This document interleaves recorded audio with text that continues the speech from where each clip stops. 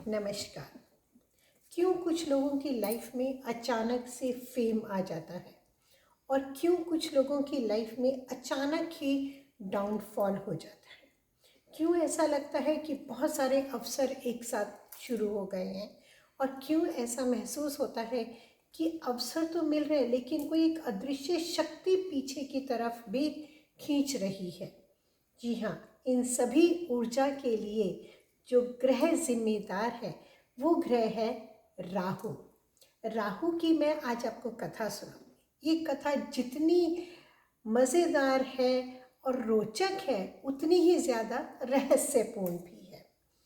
जब समुद्र का मंथन हो रहा था उस समय समुद्र में से समुद्र मंथन के समय अमृत का कलश निकला।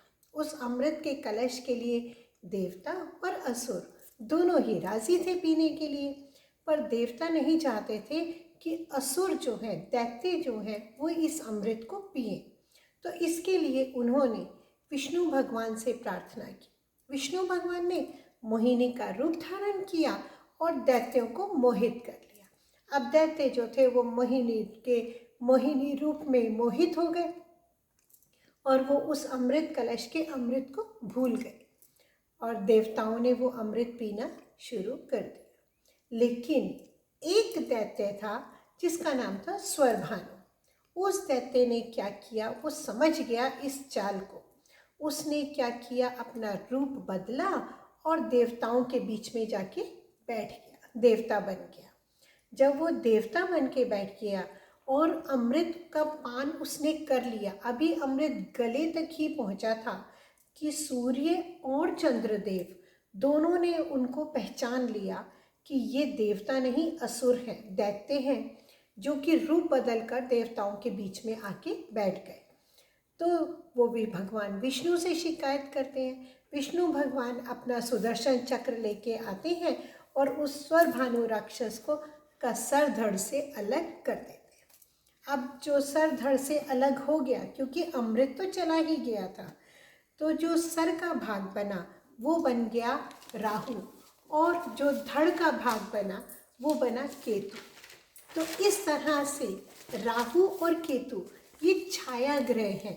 ये हमें सामने से दिखाई देने वाले ग्रह नहीं हैं, लेकिन भ्रमित करने वाले। राहु क्योंकि सिर है, सिर ब्रेन है, दिमाग है, तो वो मस्तिष्क को भ्रमित करने का काम करता है। जब हम टैरो कार्ड्स की बात करते हैं तो टैरो कार्ड्स में दो कार्ड जो हैं, द मून और 7 ऑफ कप्स जो हैं, वो हमें बताते हैं राहु के बारे में। उससे हमें पता चलता है कि भ्रम कितना है और अनिश्चितता है हमारे जीवन में। भ्रम फैला हुआ है, मन में उलझन भरी हुई है, लेकिन अगर हमें सही रास्ता मिल जाता है तो वही सारी उलझन जो है वो दूर हो जाएगी और वो भ्रम भी दूर हो जाएगा और हम सही रास्ते को पकड़ के चमकदार रास्ते पर चल पड़ेंगे। एस्ट्रोलॉजी में, ज्योतिष विज्ञान में, भारतीय वैदिक ज्योतिष में राहु जो है वो एक छाया ग्रह माना जाता है, जिसको कि भ्रम का तो कारक माना ही गया है।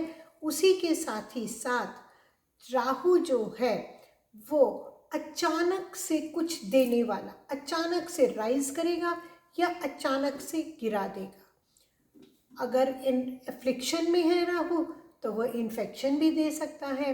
फॉरेन से भी, विदेश संबंध भी जो है वो राहु से ही देखा जाता है। टेक्नोलॉजी और हाँ, उसी के साथ ही साथ अकल्ट साइंसेस जो हैं उनमें इंटरेस्ट भी जो आता है वो राहु के ही कारण से आता है।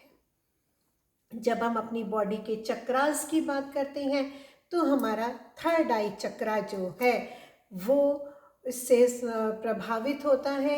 इसका मतलब है थर्ड आई चक्रा जिसके द्वारा हम सोचते विचार करते हैं, वो थर्ड आई चक्रा राहु से प्रभावित माना जाता है। अगर मान लीजिए थर्ड आई चक्रा हमारा वीक होता है या राहु हमारा एफ्लिक्शन में होता है तो मन भ्रमित रहता है। डिसीजंस जो होते हैं वो क्लैरिटी नहीं होती डिसीजंस में। हर चीज़ में कभी लालच दिखाई देता है, या कभी डर की स्थिति बन जाती है कि डर गए, जैसे कि किसी काम को करने से पहले ही डर लगना शुरू हो जाता है। डिस्टर्ब्ड नींद भी जो है वो थर्ड आई चक्रा की वजह से ही होती है। तो थर्ड आई चक्रा जो है उसको भी हमें बहुत ज़्यादा एक्टिवेट करना चाहिए और उसका मंत्र होता है ओम। तो ओम का जाप करने से थर्ड आई चक्र भी एक्टिवेट होगा और राहु भी एक्टिवेट हो जाएंगे। राहु का जो स्पेसिफिक बीज मंत्र होता है वो राहु का बीज मंत्र होता है ओम भ्राम ब्रीम ब्रौम सह राहुवे नमः, और हम शॉर्ट में कह सकते हैं ओम राम राहुवे नमः।